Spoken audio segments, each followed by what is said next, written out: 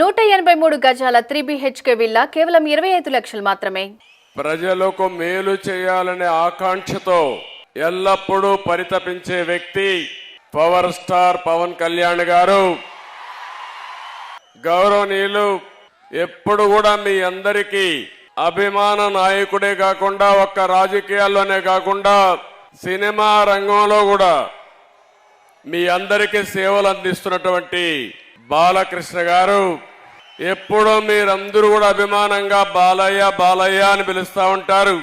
అలాంటి బాలకృష్ణ గారు తెలుగుదేశం పార్టీ జాతీయ ప్రధాన కార్యదర్శి గౌరవనీయులు లోకేష్ గారు, జనసేన పిఏసి అధ్యక్షులు గౌరవనీయులు మనోహర్ గారు, ఆంధ్రప్రదేశ్ రాష్ట్ర తెలుగుదేశం పార్టీ అధ్యక్షులు గౌరవనీయులు అచ్చెన్నాయుడు గారు, వేదిక పైన అటు తెలుగుదేశం ఇటు జనసేన అధినాయకత్వం అక్కడుండే నాయకులందరికీ, ఒక పక్క తెలుగుదేశం పార్టీ వీర సైనికులకి, ఇంకో పక్క జనసేన జన సైనికులకి పేరు పేరున ఈరోజు విశాఖపట్నం వచ్చినప్పుడు చాలా సార్లు విశాఖపట్నంకు వచ్చారు. కానీ నా జీవితంలో ఇంత అపూర్వ స్వాగతం నా జీవితంలో చూడలేదు. ఆ విధంగా స్వాగతం పలికారు. ఒక పక్క సముద్రం ఘోషిస్తా ఉంటే ఇంకో పక్క జన సముద్రం ఇక్కడ ఘోషించే పరిస్థితి వచ్చింది. అలాంటి విశాఖపట్నమే కాకుండా ఉత్తరాంధ్రనే కాకుండా రాష్ట్రం నలుమూలల నుంచి వచ్చారు. యువగళం ఒక పక్క, ఇంకో పక్క ఎన్నికల యుద్ధ బేరీకి మోగించడానికి వచ్చినటువంటి సైనికులందరికీ పేరు పేరున మనస్ఫూర్తిగా నమస్కారాలు. అదే మాదిరిగా మీడియా ప్రతినిధులు కూడా నమస్కారాలు. ప్రత్యేకంగా యువగళం వాలంటీర్స్ కి మనస్ఫూర్తిగా నా అభినందనలు. ఈరోజు ఇంతమంది పేరు నాయకులందరూ మాట్లాడారు. నేనేం మాట్లాడాలో అన్ని విషయాలు కవర్ అయినాయి. ఒక పక్క మనసు విప్పి జనసేన అధినేత పవన్ కళ్యాణ్ గారు చాలా స్పష్టంగా చెప్పారు. గతంలో ఏ విధంగా రాష్ట్రం కోసం సహకరించింది, ఈరోజు మళ్ళీ ఏమి ఆకాంక్షించి తెలుగుదేశం జనసేన పొత్తు పెట్టుకుంటుందో చాలా స్పష్టంగా వారు చెప్పడం జరిగింది. ఇంకో పక్క లోకేష్ కూడా 226 రోజులు రాష్ట్రం మొత్తం తిరిగి ప్రజల సమస్యలను అర్థం చేసుకుని అధ్యయనం చేసి చాలా క్లుప్తంగా వారి అనుభవాలు కూడా చెప్పారు. మీరు ఒక విషయం మీరు గుర్తుపెట్టుకోవాలి. భారతదేశంలో పాదయాత్ర చేయడం ఎప్పుడు కొత్త కాదు. నేను పాదయాత్ర చేశాను, బస్సు యాత్ర చేశాను. ప్రజా చైతన్యాన్ని తేవడానికి మొట్టమొదటిసారిగా నందమూరి తారక రామారావు గారు చైతన్య యాత్ర చేశారు. అక్కడి నుంచి ఎన్నో యాత్రలు వచ్చాయి. 45 ఏళ్లు సుదీర్ఘ రాజకీయ జీవితంలో చూశాను. ఎప్పుడు పాదయాత్ర పైన దండయాత్ర చేసే సందర్భం ఎప్పుడూ లేదు. అది మొట్టమొదటిసారిగా ఈ సైకో జగన్మోహన్ రెడ్డి పరిపాలనలో చూశాను. ఎవరైనా పాదయాత్ర చేసి ఒక సమస్య పైన పాదయాత్ర చేసినప్పుడు, ఒక పవిత్రమైన భావంతో చేసినప్పుడు చేతనైతే సహకరించాలి, చేత కాకపోతే ఇంట్లో పడుకోవాలి. కానీ పోలీసులు అడ్డం పెట్టుకుని ఎన్ని ఇబ్బందులు పెట్టారో కడాన నా ఎవరైతే యువగళం వాలంటీర్లు జైలుకు పోయి వచ్చారంటే, అటెంప్ట్ మర్డర్ కేసు పెట్టారంటే తమ్ముళ్ళు భయపడద్దండి. మీ కష్టాలు నేను చూసా. తప్పకుండా వడ్డీతో సహా తిరిగి అప్పజెప్పే బాధ్యత తెలుగుదేశం పార్టీ తీసుకుంటుందని చెప్పి కూడా నేను మీకు తెలియజేస్తున్నా. యువగళం జనగణంగా మారి ప్రజా గర్జనకు నాంది పలికింది. నేను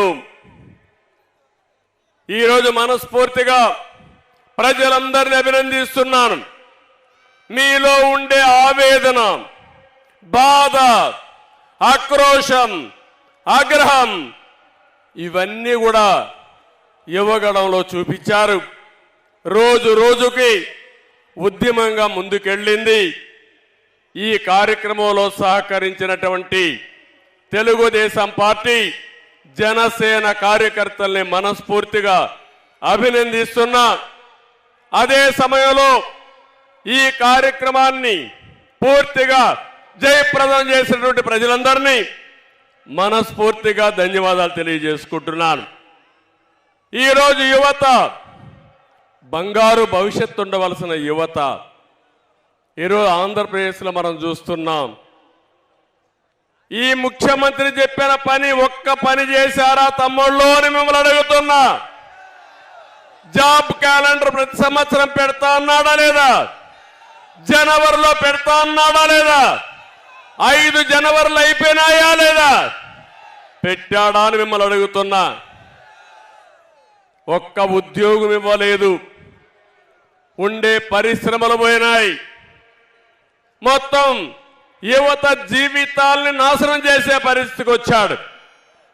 ఈరోజు ప్రపంచంలోనే తెలుగు యువత అగ్రస్థానంలో ఉంటే, అదే ఆంధ్రప్రదేశ్లో యువత అధఃపాతాళంలో ఉండే పరిస్థితి వస్తా ఉంది. ఒక్క పరిశ్రమ రాలేదు. వచ్చిన పరిశ్రమలు పారిపోయినాయి. తరిమేసే పరిస్థితి వచ్చింది. ఇది చాలా బాధాకరం. నేను ఒకటే హామీ ఇస్తున్నా, యువతకు తెలుగుదేశం జనసేన అండగా ఉంటాం. ఉపాధి కల్పించే బాధ్యత, మీ భవిష్యత్తుకి భరోసా ఇచ్చే బాధ్యత మేము తీసుకుంటామని మరొక్కసారి హామీ ఇస్తున్నా. ఇంకో పక్క లోకేష్ని కూడా మనస్ఫూర్తిగా అభినందిస్తున్నా. ఒక పార్టీ అధ్యక్షుడిగా ఏదైనా ఒక సంకల్పం ఉంటే చిత్తశుద్ధితో పనిచేస్తే ప్రజలు ఆదరిస్తారు. అలాంటి కార్యక్రమానికి శ్రీకారం చుట్టాడు. ఒక పార్టీ అధ్యక్షుడిగా మనస్ఫూర్తిగా ఆయన చేసిన కృషికి అభినందిస్తున్నానని చెప్పి కూడా నేను మీకు తెలియజేసుకుంటున్నా. ఈరోజు పవన్ కళ్యాణ్ గారు చెప్పిన విషయాలు కానీ, ఇంకో పక్క బాలకృష్ణ గారు, లోకేష్ గారు మాట్లాడిన విషయాలు, అచ్చెన్నాయుడు గారు మాట్లాడిన విషయాలు నేను పూర్తిగా ఎండార్స్ చేస్తున్నాను. సుదీర్ఘ రాజకీయ చరిత్రలో ఎంతో మంది ముఖ్యమంత్రులు చూశాను. వారి యొక్క రాష్ట్రం కోసం వారు చేసిన పనులు చూశాను. కొంతమంది చేత కాకుండా పోతే వారిని విమర్శించే సందర్భాలు కూడా ఉన్నాయి. రాజకీయాల్లో ఎప్పుడు కూడా రాజకీయ వ్యతిరేకత ఉంటుంది తప్ప వ్యక్తిగత వ్యతిరేకత ఉండదు. ఈ విషయం మీరు గుర్తుపెట్టుకోవాల్సిన అవసరం ఉంది.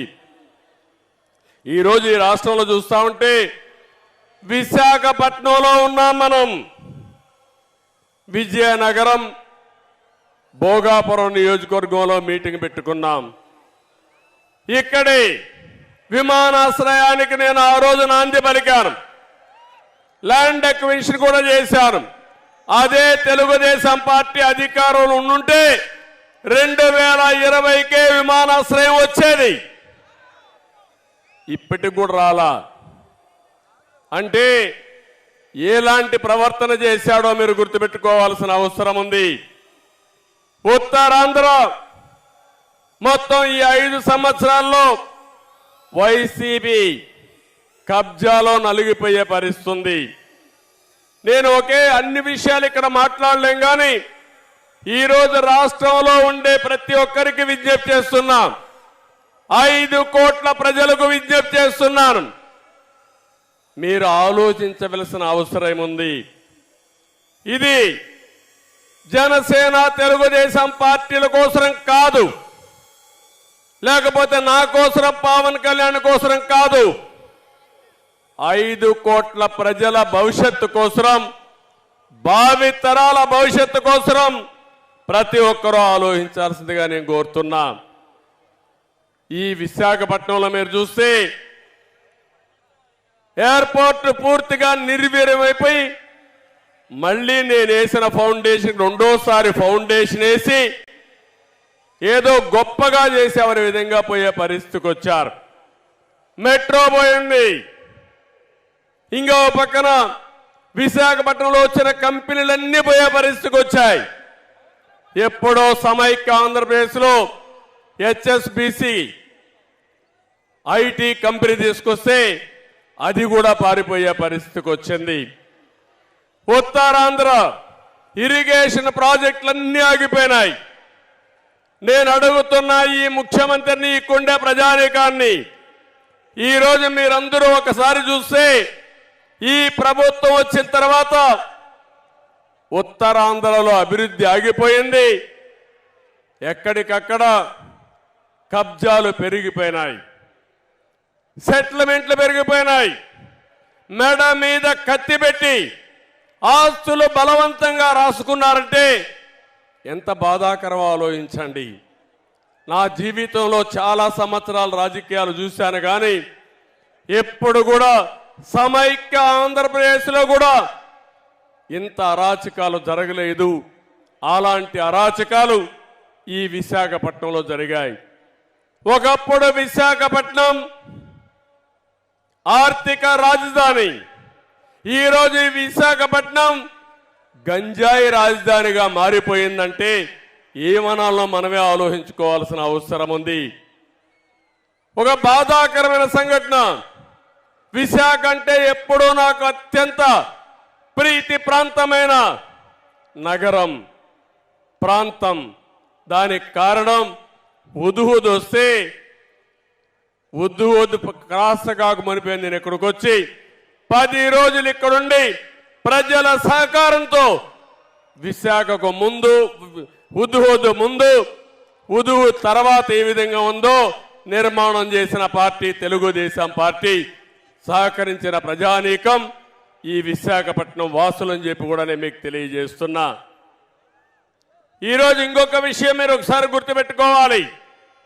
రివర్స్ పాలన ఉన్నాడు, విధ్వంస పాలనకు నాంది పలికాడు.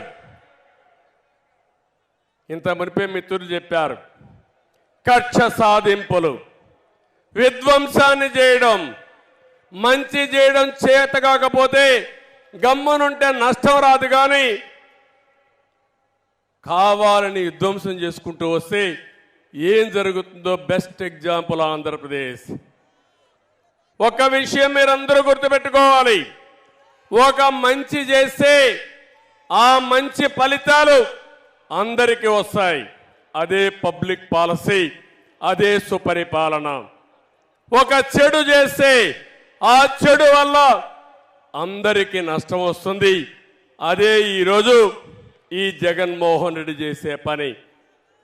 ఒక్క ఛాన్స్ అన్నాడు, ఒక్క ఛాన్స్ పాపానికి రాష్ట్రం 30 సంవత్సరాలు వెనక్కెళ్ళిపోయే పరిస్థితి వచ్చింది.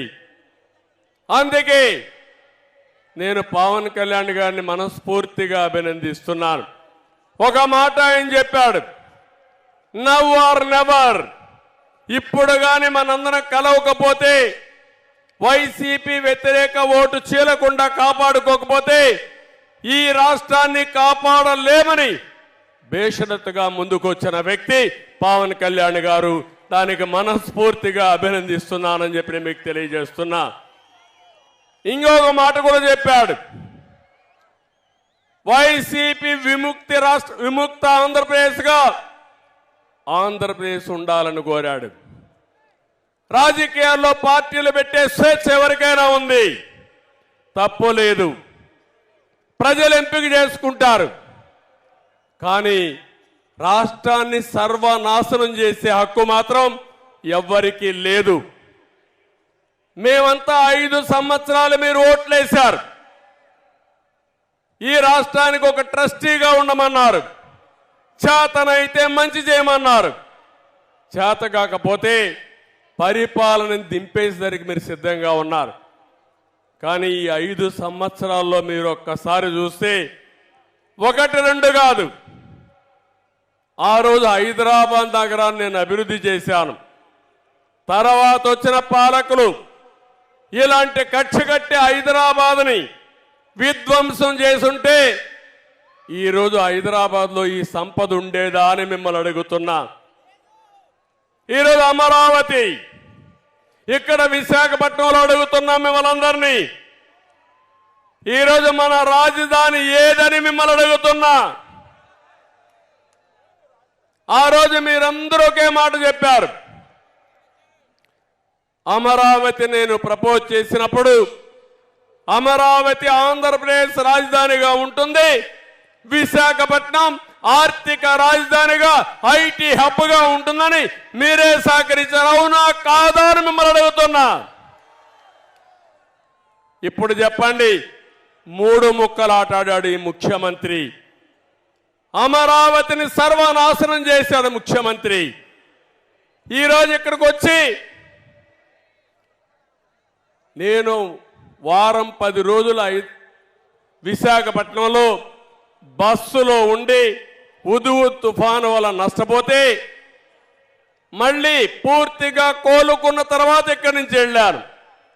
ఈయన రాక మునిపే రిషికొండ మొత్తం నాశనం చేసి రిషికొండ బోడిగొండగా తయారు చేసి ఒక ముఖ్యమంత్రి విలాసం కోసం 500 కోట్ల రూపాయలు ఖర్చు పెట్టి హక్కు ఎవడిచ్చాడని మిమ్మల్ని అడుగుతున్నా. బాధ అనిపించదా అని అడుగుతున్నా. ఒకసారి ఆవేదన గుండెలు పిండేసినట్టు ఉంటుంది ఇవన్నీ తలుచుకుంటే. ఏంటి అరాచకం? ఎక్కడికి తీసుకుపోతున్నారు ఇవన్నీ?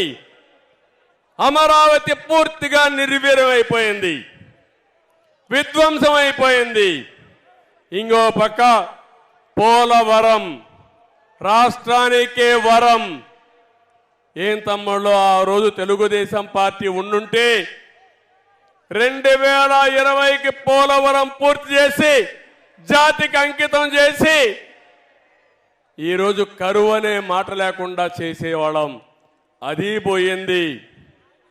ఇంకో పక్క విద్య, వైద్యం, ఆరోగ్యం అన్ని కూడా మీరు చూస్తే వ్యవస్థలన్నీ భ్రష్టు పట్టాయి. ఇప్పుడే పవన్ కళ్యాణ్ గారు ఒక లిస్ట్ అంతా కూడా చెప్పారు. మేము మేనిఫెస్టోలో ఏమేం చేయబోతామో స్పష్టంగా ఆలోచించి తొందరలోనే ఉమ్మడి మేనిఫెస్టో తయారు చేస్తామని వారు చెప్పారు. రోడ్ల వ్యవస్థ పూర్తిగా భ్రష్టు పట్టింది. నేను ఒక్క సెక్టర్ చెప్పడం లేదు, రాష్ట్రంలో ప్రతి ఒక్క సెక్టర్ కూడా పూర్తిగా దెబ్బతిన్నాయి. ఎక్కడికక్కడ విధ్వంసం పాలయ్యే పరిస్థితి వచ్చింది. కడాన మీరు ఒకసారి చూస్తే ఇసుక, లిక్కర్ కానీ అన్ని విషయాల్లో కూడా స్వార్థం కోసం రాష్ట్రాన్ని భ్రష్టు పట్టించి మొత్తం దెబ్బతినే పరిస్థితికి వచ్చాం. వైఎస్ఆర్ కాంగ్రెస్ పార్టీ అబద్ధాల పునాది మీద నిర్మాణం చేసిన పార్టీ ఆ పార్టీ. నేను అడుగుతున్నా, ఎన్నికల ముందు ప్రత్యేక హోదా సాధిస్తానని చెప్పారా లేదా? మీరు సాధించారా అని అడుగుతున్నా. ఇంకో పక్క రైల్వే జోన్ సాధిస్తామని చెప్పారా లేదా? మీరు ఇచ్చారా అని అడుగుతున్నా. మద్యపాన నిషేధం పెట్టిన తర్వాతనే నేను ఓటు అడుగుతానని మద్యపానం పైన వచ్చే ఆదాయాన్ని తాకట్టు పెట్టి అప్పులు చేసే పరిస్థితికి వచ్చారు. సిపిఎస్ వారంలో రద్దు చేస్తా అన్నారు, చేశారని అడుగుతున్నా. 1-2 కాదు, బాబాయ్ హత్య జరిగితే ఆ హత్య వేరే వాళ్ళపైన వేసి హైకోర్టు స్టే తెచ్చుకొని సిబిఐ వద్దని కావాలని అడిగిన మీరు ఈరోజు సమాధానం చెప్పే పరిస్థితిలో ఉన్నారని అడుగుతున్నా. ఇవే కాకుండా బాధుడే బాధుడు, అన్ని పెరిగిపోయినాయి. ఆ రోజు అన్ని విషయాల్లో ఏం చెప్పారో ఈరోజు ఏం చేశారో మనమే చూస్తున్నాం.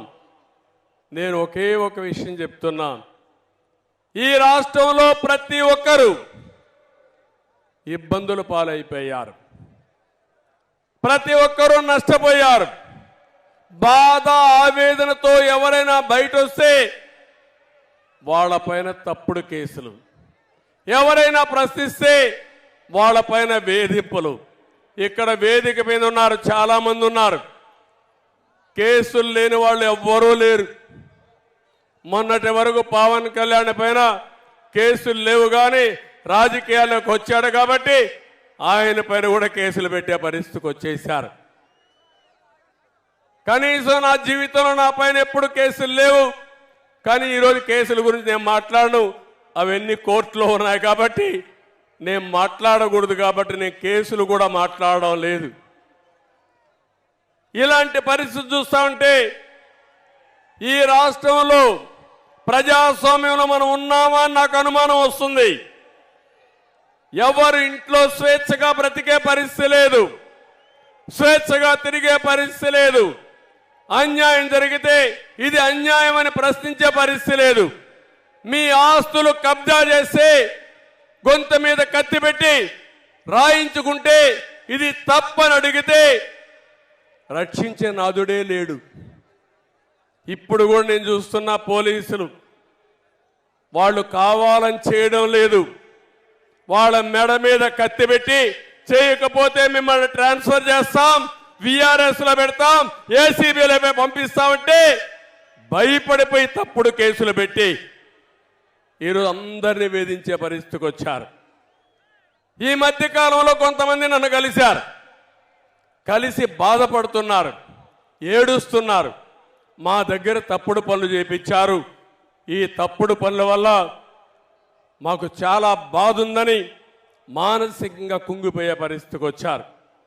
కొంతమంది కావాలని రేపు ఒక రోజుందని ఆలోచించకుండా, మళ్ళీ ఎన్నికలు వస్తాయని ఆలోచించకుండా తప్పుడు పనులు చేయమంటే చేశారు. నేను ఒకటే చెప్తున్నా, అలాంటి వారిని మాత్రం ఎట్టి పరిస్థితుల్లో వదిలిపెట్టం. ఎక్కడున్నా సరే చట్టపరంగా వాడిని శిక్షించే బాధ్యత తెలుగుదేశం పార్టీ జనసేన తీసుకుంటామని చెప్పి కూడా నేను మీకు తెలియజేస్తున్నాను. అందుకే నేను అంటున్నా, మీరందరినీ కూడా రాష్ట్రంలో ప్రతి ఒక్క వ్యక్తి ఆలోచించండి. ఏదో మాకందరికీ ముఖ్యమంత్రి పదవులు కావాలనో అధికారం కావాలని కాదు. ఈ రాష్ట్రంలో ప్రజాస్వామ్యం కూని చేయబడ్డది.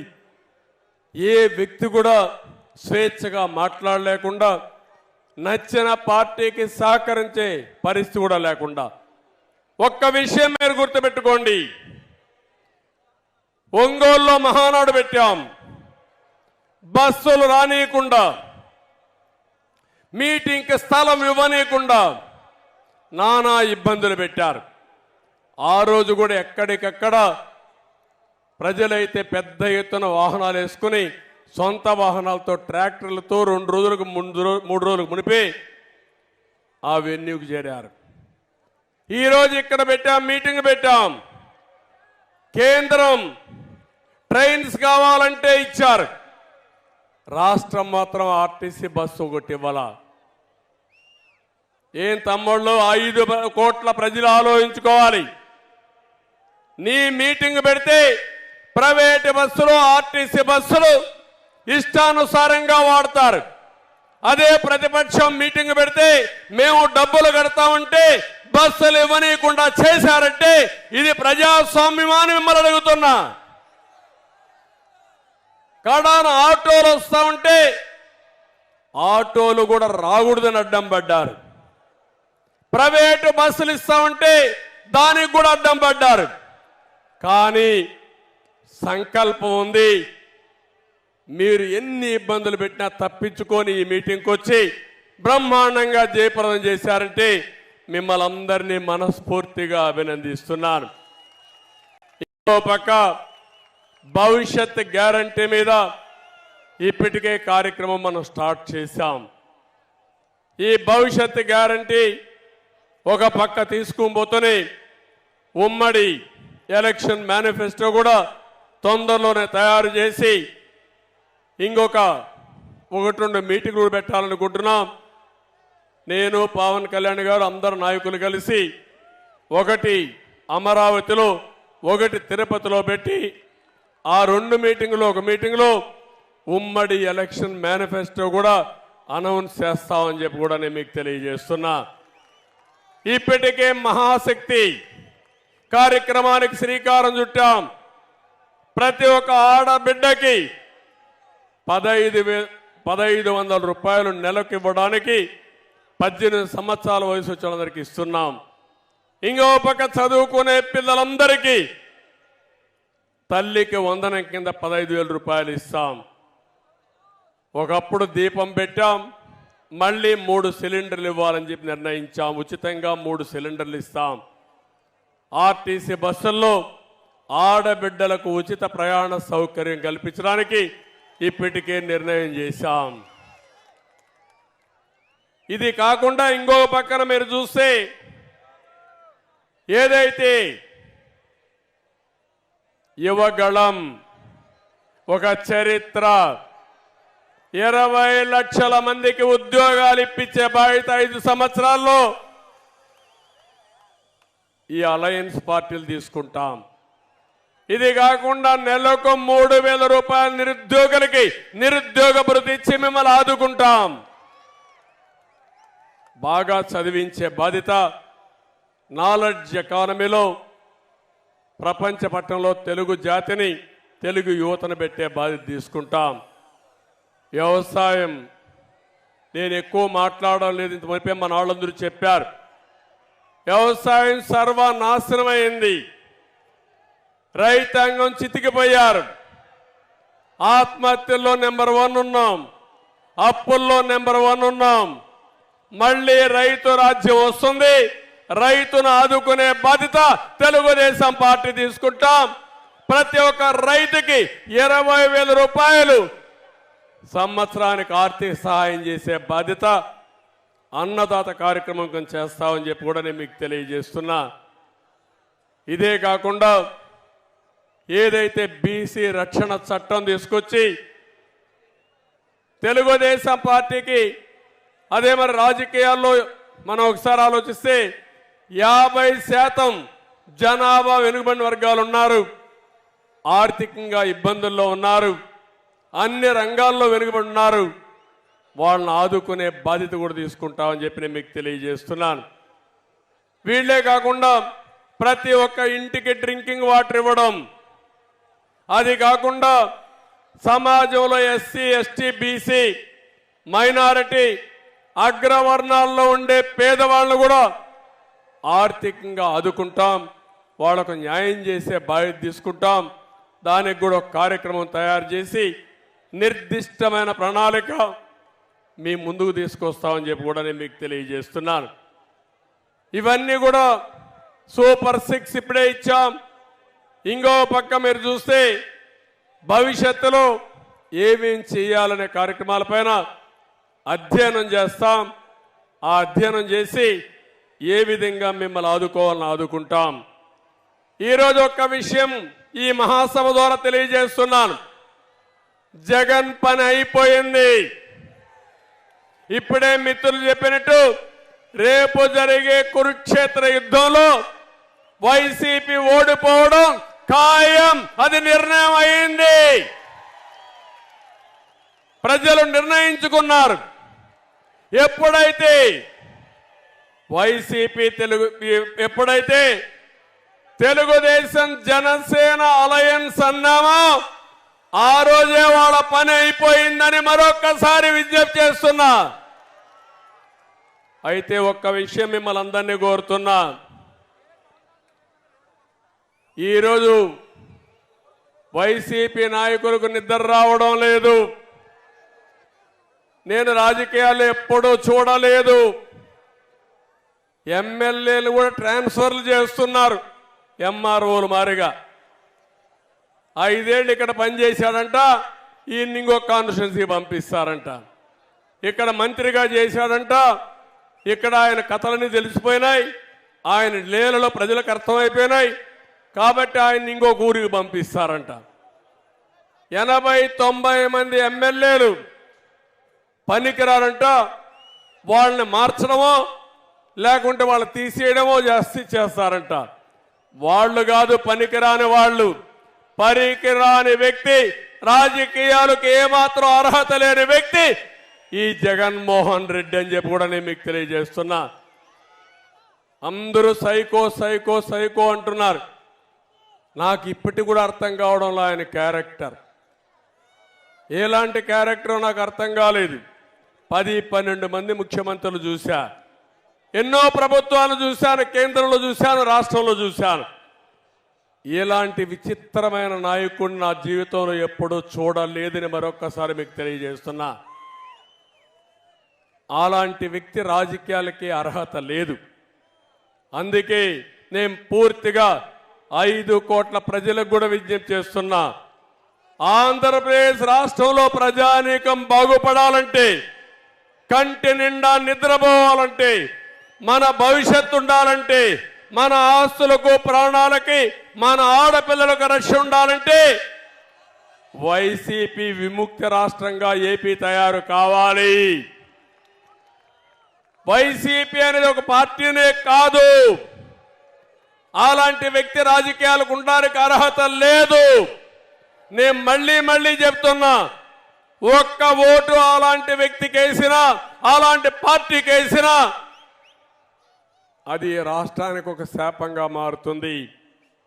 5 సంవత్సరాలకు మునుపు విధ్వంసం ఏంటో చేసి చూపించాడు. ఆయన చేసిన తప్పులు రాష్ట్రానికి శాపంగా మారాయి. ఆ శాపాలే ఈరోజు మనందరం అనుభవించే పరిస్థితికి వచ్చాం. ఈ విషయం మీరు గుర్తుపెట్టుకోవాల్సిన అవసరం ఉంది. ఈరోజు ఇంకొక విషయం అందరినీ కోరుతున్నాను. రాష్ట్రంలో ఓట్ల దొంగలు పడ్డారు. అంటే మన ఓటు ఉంటే తీసేస్తున్నారు. అంటే తెలుగుదేశానికి జనసేన ఓటేస్తారంటే వాళ్ళని రిమూవ్ చేసేస్తున్నారు. ఇది చాలా భయంకరమైన విషయం. నేను ఎప్పుడు కూడా నా చరిత్రలో ఓటర్ లిస్టు ఈ విధంగా చేయొచ్చని కూడా నేను ఎప్పుడు ఆలోచించలేదు. ఎన్నికలప్పుడు అధికారులంతా ఓటర్ లిస్టు తయారు చేస్తారు. రాజకీయ పార్టీలు ఎన్నికల సమయంలో ఆ ఓటర్ లిస్టు తీసుకుని ప్రచారం చేసి ఎన్నికల్లో మనం గెలుస్తాం. ఈరోజు దౌర్భాగ్యం, ఓటర్స్ను కూడా మనం వెరిఫై చేసుకోవాలి. నా ఓటు ఉందా లేదా చూడాలి. అంటే ఎంత దౌర్భాగ్యమో ఈ రాష్ట్రంలో మీరు గుర్తుపెట్టుకోవాలి. దేశంలో ఏ రాష్ట్రంలో జరగనటువంటి సంఘటనలు ఈ రాష్ట్రంలో జరుగుతున్నాయంటే ఇది చాలా బాధాకరం. యువతకు పిలిపిస్తున్నా, మీరందరూ కూడా ఎవరైతే ఎలిజిబిలిటీ ఉండే ప్రతి ఒక్క యువత ఓటు ఎన్యూమరేట్ చేసుకోండి. ఆ ఓటు అనేది మీ జీవితాలనే కాకుండా రాష్ట్ర భవిష్యత్తును మారుస్తుంది. ఈ విషయం ప్రతి ఒక్కరూ గుర్తుపెట్టుకోవాల్సిన అవసరం ఉంది. మీరు ఏదైతే ఎప్పటికప్పుడు మీ సెల్ ఫోన్లో యూట్యూబ్ కానీ ఇవన్నీ బ్రౌజ్ చేస్తుంటారు, వెబ్సైట్లన్నీ బ్రౌజ్ చేస్తారు. ప్రతిరోజు ఒక్కసారి మీ ఓటు ఉందా లేదా అని చెక్ చేసుకోవాల్సిన బాధ్యత మనందరిపైన పడింది. 4 కోట్ల మంది ఓటర్స్ ఉన్నారు. ప్రతి ఒక్కరూ చెక్ చేసుకోమని, సహకరించమని, మీకు ఓటుంటే రేపు మీ ఓటు వేస్తే తద్వారా ఈ రాష్ట్రాన్ని కాపాడిన వాళ్ళు అవుతారు. ఈ విషయం కూడా మీరు గుర్తుపెట్టుకోవాల్సిందిగా నేను మిమ్మల్ని కోరుతున్నా. నేను ఒకే ఒక విషయం అందరికీ విజ్ఞప్తి చేస్తున్నా.